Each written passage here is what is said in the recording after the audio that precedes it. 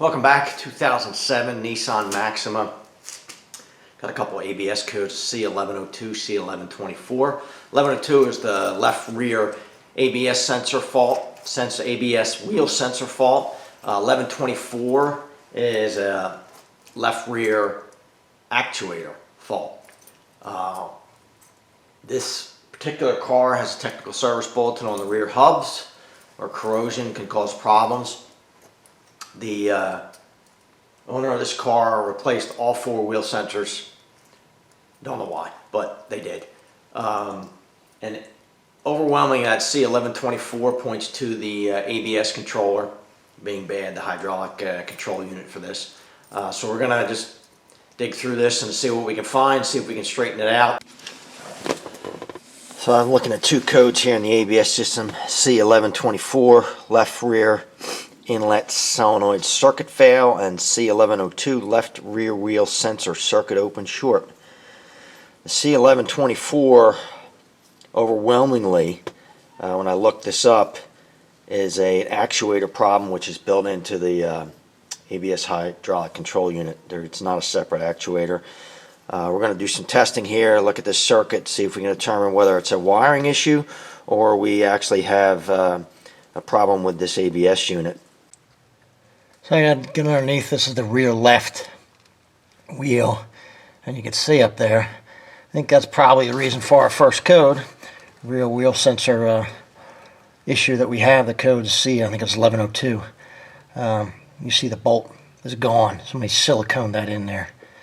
That's not going to work. So I'm going to show you the other side if I can. So there's the right hand rear, and you see the bolt, the head of the bolt.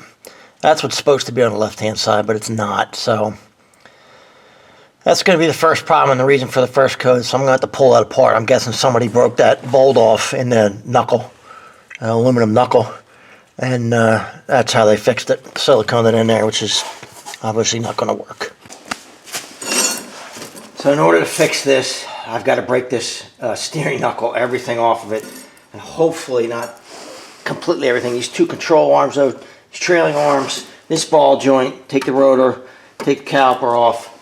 I'm hoping I can leave this back connection on there and just pivot this down so I can get at that hole where the broken bolt is for the ABS sensor.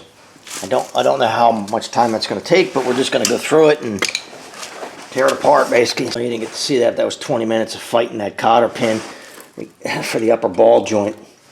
It's just no good way to get at it. It's in a bad spot. So I'm fighting this ball joint right in here. It's 19 millimeter. I broke it loose, but as I figured, as it started to come loose, and it started spinning the ball joint. So I've got to put pressure on it and try to keep it tight while I try to get it loose here. All right, get your weight on there. Got a weight on it? Yeah. Wrong way. Lean on it. All right, hang on. Push it more.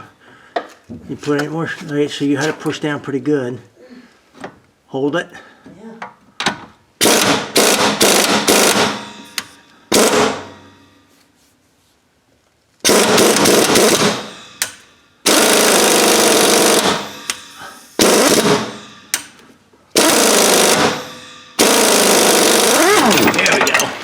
All right.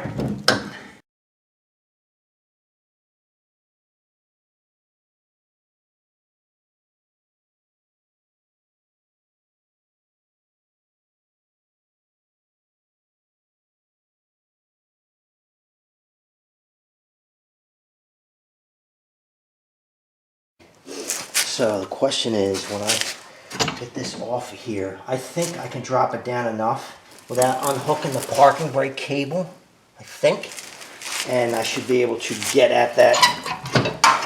Yeah, that's good. Lay it down kind of in here. Oh yeah, and then I'll show you what all this was for, what all this mess was for.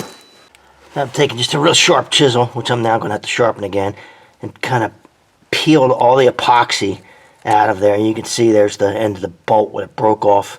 Covered that up before I did it. I don't want anything getting in there. in on the tone ring for ABS. So now I'm going to center punch this, start drilling it out, and hopefully we'll be able to get it easy out in there, and without having to go all the way out to it and rethread it, and just I hopefully get that out with an easy out. We'll see.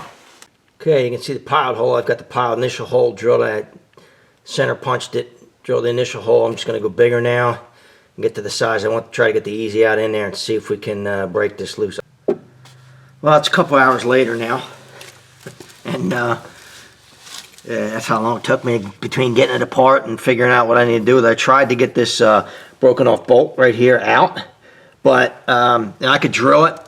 Got it to probably with just a 1/16 of it. I could not get it to come out with a screw extractor, with a extractor. Just wouldn't come out. So I'm gonna have to put a helicoil in it. It'll be the same size original bolt. In this case, it's an 8mm by 1.25. I've drilled the hole. I've tapped it.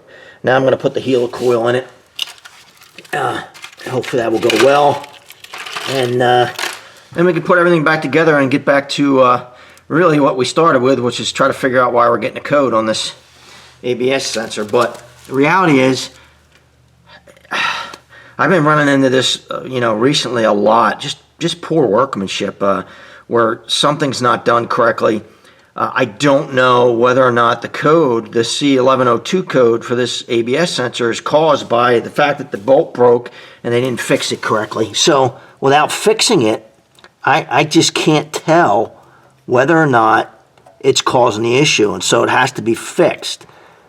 So now I'm just going to screw the insert in here, hopefully, without any issue. It feels like it's going in.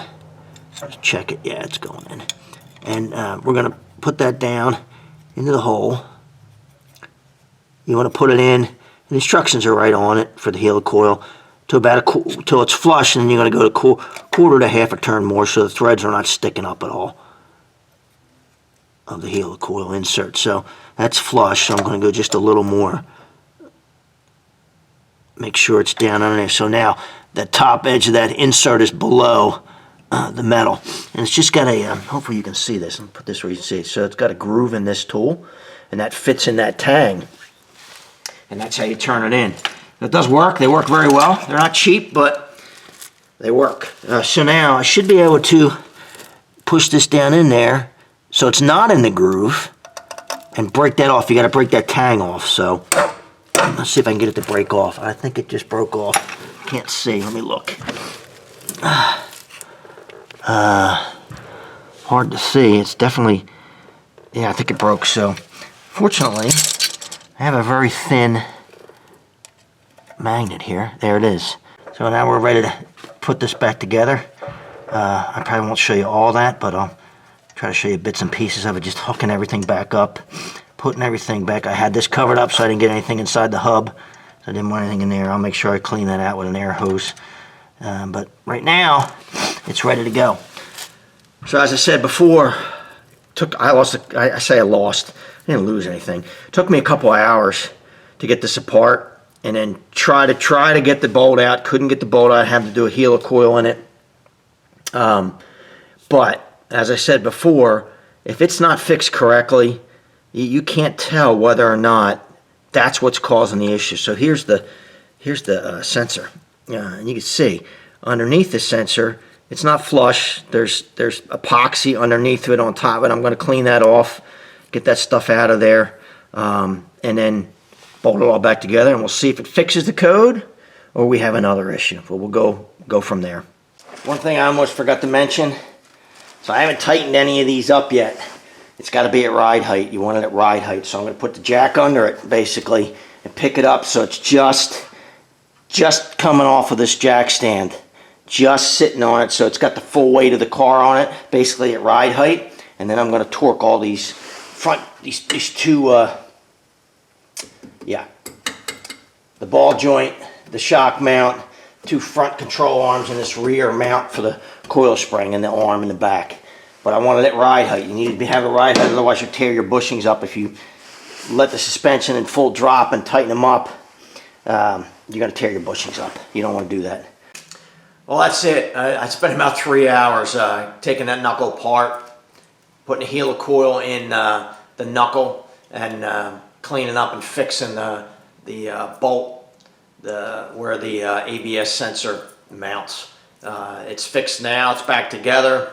Now I get to go diagnose what's really going on with the two codes that were in the computer. What I didn't realize is the symptoms for this car were you could drive it for about 15 minutes and it would you'd lose power. You couldn't get above 2,000, 3,000 RPMs, and it would still run, but it went into fail-safe mode. When I did a little investigating, I found out that C1124 code can cause this car to go into fail-safe mode or limp mode to protect the engine and transmission.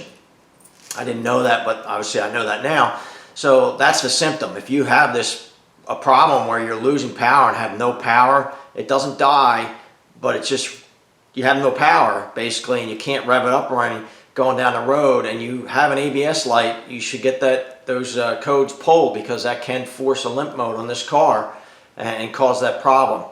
So we'll continue in part 2 as I start to do some investigation on what's going on with this sensor, this wheel sensor, and this other ABS code for a bad actuator.